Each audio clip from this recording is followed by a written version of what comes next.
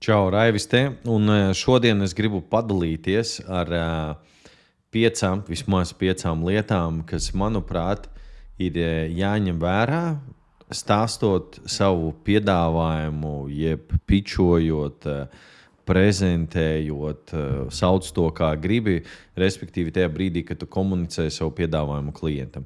Kāpēc es šo stāstu? Tāpēc, ka šajā nedēļā viens mans klients, kas trenējas ar mani grupā manā apmācību programmā, mēs uzgājām viņa šo piču daļu, un es redzēju labas lietas viņa pičā, un ir kaut kādas lietas, pie kurām mēs strādājam, un ar kurām es gribēju padalīties arī ar tevi vienkāršā formā, lai tu varētu, iespējams, noskatoties šo video, uzlabot savu prezentāciju un piču. Esmu sagatavojis šādu dokumentu, un tad, respektīvi, lieta, no kuras tev būtu jāizvairās, ir monologs, un starp citu, iespējams, daudz lietas no visu šajā, ko es tev tagad rādīšu, būs pašsaprotamas. Ja? Lai gan, skatoties atsevišķus pārdošanas zvanus, iespējams, ir lietas, kas ir pašsaprotamas, bet kā tad mēs īsti to darām reālajā dzīvē?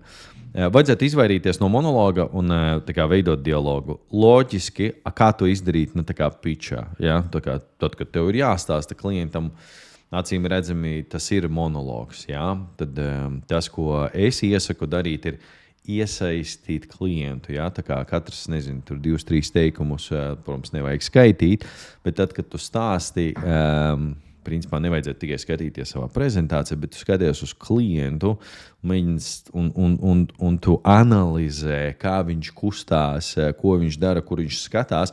Viņš vispār saprot, ko tu viņam stāsti. Un es apzināti liktu tur iekšā jautājumus, kas viņa lai viņa prāts neaizlido kaut kur prom, bet lai viņš paliktu tajā skaidrojošajā momentā uz vietas. It sevišķi, ja tu vadi tikšanās Zoomā online, kur klientiem ir iespēja tur, bakstīt telefons un vēl kaut ko darīt. Ja tu redzi, ka klients aizpeld kaut kur tikšanās laikā, tas jau ir sarkanais karoks. Ja?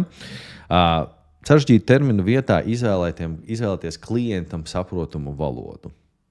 Agrāk, man likās, ka, ja tu pasaki kaut kādu tur krūtu vārdu, terminu, jā, ko klients nezina, tu stāsti terminiem, tu rādies krūts. Ja? Iespējams, kāds termins šur un tur būtu noderīgs, ja tu viņu izskaidro klientam saprotamā vārdā, ko tas nozīmē.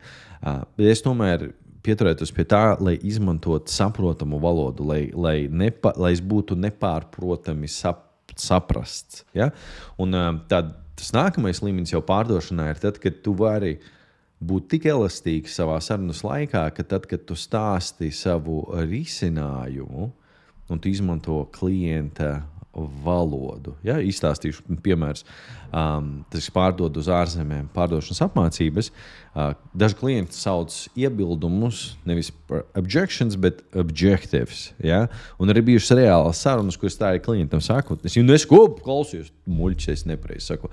The way we will teach you how to deal with the objectives is, un klients saprot, ko tu viņam sāki. Ja? Tad te rakstīts vārdi un termini, ko viņš pats izmantoja.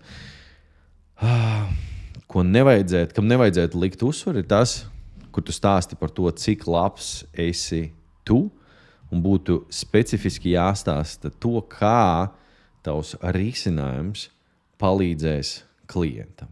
Ja?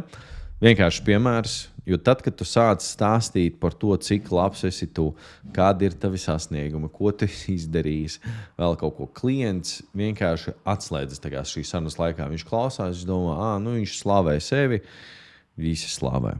Es fokusētos uz to, kā klientam parādīt, kad tu man izstāstīji šādu problēmu, mēs vēl atradām šo, un tas, kā mēs tev to atrisināsim, ir ar šis palīdzēs šajā gadījumā un šis šajā. Tas kā līdzīgi, kā ar ārstu. Ja? Viņš nestāsta, kas tur ir. Vismaz mans ārsts nestāsta, kas ir zāļu sastāvā, ja? Un kur viņas tiek ražotas un kas viņas piegādā uz kurieni. Vajadzētu izvairīties no sarunām tikai par loģiku. Ja? Protams, nav tā, ka vajag izslēgt loģiku vajadzētu likt iekšā emocijas. Ja? Loģiski elementi sarunā ir, kāpēc es šeit uzsveru emocijas. Tāpēc, kad liela daļa cilvēku, tīpaši pārdodot Latvijā, un ne tikai Latvijā, un arī atkarīgs no tā, kāda ir tava saruna, iespējams, klients paliek virspusējā līmenī, runājot par savām problēmām.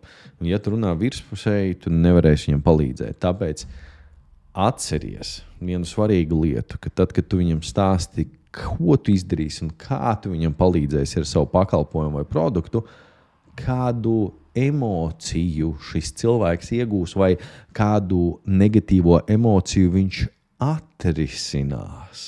Ja? Ja viņš to ir izstāstījis. Un tas tev noteikti ir jāakcentē, jo cilvēki pērk balstoties uz emocijām, nevis tikai uz loģiku. Ja? Un noslēdzošais ir tā vietā, lai stāstīt, es tev piedāvāju prasīt jautājumus uzdot. Tad laikam būtu pat jānomaina uz uzdot jautājumu, jā, prasi, lai klients pats izstāsta. Un kāpēc tas ir svarīgi? Liekas, kā tad es klientam, man taču viņam jāstāsta mans piedāvājums. Ja? Ko es ar šo domāju tieši tā kā prezentācijas speecha daļā? Ko es ar to domāju? Ka tad, kad tu esi klientam izstāstījis, hei, Reku, mēs atrisināsim tavu šo problēmu šādā veidā, kas liks tev justies tā, vai vairs neliks justies šitā, svarīgi ir noprecizēt, kā klients to redz, kā viņš redz šīs atrisinājums viņam palīdzēs.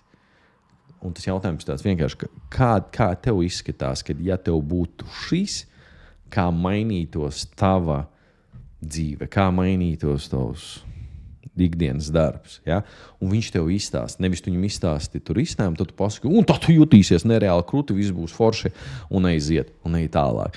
Principā tu liec savas idejas viņa galvā, kas iespējams varētu nerezonēt. Bet tad, kad tu viņam uzdot jautājumu un paprasīji, hei, Klau, kā tev liekas? Un es nesaku, ka tas, iespējams, tu to jau dari, tā kā beigās, pirms izteikt piedāvājumu, pateikt cenu, paprasīt darījumu, ja? Bet es tev piedāvāju pat tad, kad tu stāsti šajās mazajās daļās, likt iekšā šos jautājumus un prasīt, hei, kā tu redzi šis elements tā kā mainīs tā kā to kopējo bildi? Aha, un tad tu vari saprast, ka varbūt vajag vēl kaut ko izstāstīt, lai klients labāk saprot. Un tu kā mēri to pulsu visu laiku.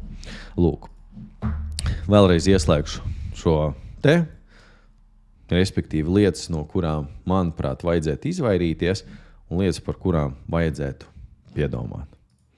Šodien viss. Lai tev forša diena.